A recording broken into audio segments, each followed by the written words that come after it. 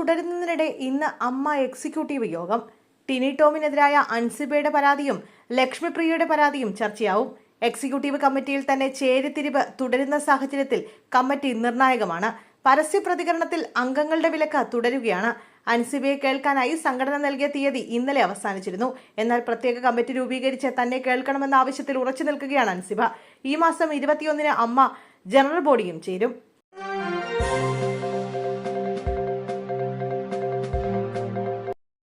തിരുവനന്തപുരം നാലാഞ്ചിറയിൽ ഭാര്യയെ ഭർത്താവ് കൊലപ്പെടുത്തി. ഹസീന ബീബിയാണ് കൊല്ലപ്പെട്ടത്. കുടുംബ വഴക്കിനെ തുടർന്നുണ്ടായ കയ്യാങ്കളി കൊലപാതകത്തിൽ കലാശിക്കുകയായിരുന്നു എന്നാണ് വിവരം. മക്കളുടെ കൺവെന്റിൽ വെച്ചാണ് ഹൻസിബ ബീബിയെ ഭർത്താവ് സുരേഷ് കഴുത്തറത്ത് കൊലപ്പെടുത്തിയത്.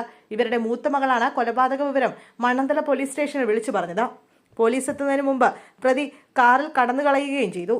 ഹസീന ബീബിയും സുരേഷും തമ്മിൽ നിരന്തരം പ്രശ്നങ്ങൾ ഉണ്ടായിരുന്നതായാണ് വിവരം. ഇതേ തുടർന്ന് ഇന്നലെയും ഹസീന പോലീസ് സ്റ്റേഷനിൽ പരാതിയുമായി എത്തിയിരുന്നു. പിന്നാലെ വീട്ടിലേക്ക് മടങ്ങുകയും ചെയ്തു.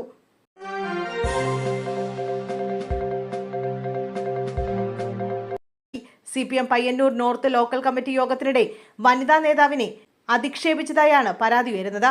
കഴിഞ്ഞ ദിവസം നടന്ന ലോക്കൽ കമ്മിറ്റി യോഗത്തിലാണ് സംഭവം നടന്നതെന്നാണ് വിവരം. ഏരിയ കമ്മിറ്റി അംഗം കൂടിയായ വനിതാ നേതാവിനെ ലക്ഷ്യമിട്ട് ലോക്കൽ കമ്മിറ്റി അംഗം മോശം പരാമർശം നടത്തിയെന്നാണ് പരാതിയിൽ പറയുന്നത്. ചർച്ചയ്ക്കിടെ വനിതാ നേതാവിനെ വ്യക്തിപരമായി അധിക്ഷേപിക്കുന്ന തരത്തിൽ പരാമർശങ്ങൾ ഉണ്ടായെന്നാണ് ആരോപണം. CPM കണ്ണൂർ ജില്ലാ സെക്രട്ടറി KK രാഗേഷിന്റെ സാന്നിധ്യത്തിലായിരുന്നു യോഗം. മുതിർന്ന നേതാക്കളുടെ സാന്നിധ്യത്തിൽ നടന്ന യോഗത്തിലെ അധിക്ഷേപത്തിനെതിരെ വനിതാ നേതാവ് പാർട്ടി ജില്ലാ സംസ്ഥാന നേതൃത്വങ്ങൾക്ക് രേഖാമൂലം പരാതി നൽകി. പാർട്ടിയിലെ ആഭ്യന്തര തർക്കങ്ങളാണ് യോഗത്തിൽ വാക്കേറ്റത്തിലേക്ക് നയിച്ചത്.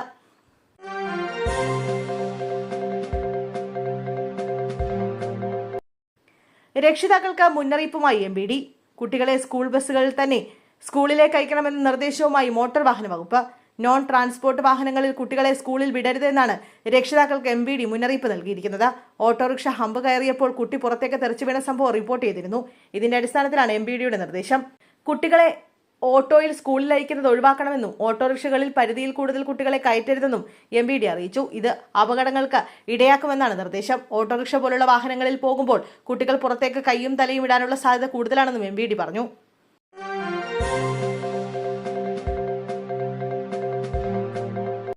പിലാത്തറയിൽ വ്യാപാരിയുടെ സ്വർണം തട്ടിയെടുത്ത സംഭവം. 6 പേർക്കെതിരെ കേസെടുത്ത് പോലീസ്.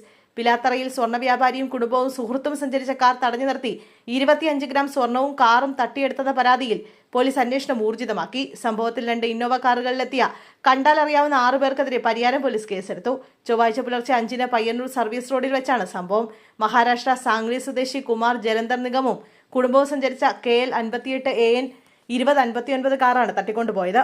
സ്വർണ്ണ വ്യാപാരിയായ കുമാർ ജലന്ധർ നിഗം സാംഗ്ലിയിൽ നിന്നും ഓടിച്ചു വന്ന കാർ 6 സംഘം തടഞ്ഞു നിർത്തി ഡോർ ഗ്ലാസ് തകർത്ത് ഭാര്യയെയും മക്കളെയും കൂടെയുണ്ടായിരുന്നവരെയും പുറത്തിറക്കുകയും ഭാര്യയുടെ 25 ഗ്രാം തൂക്കം വരുന്ന നെക്ലസും കാറുമായി കടന്നു കളയുകയുമായിരുന്നു.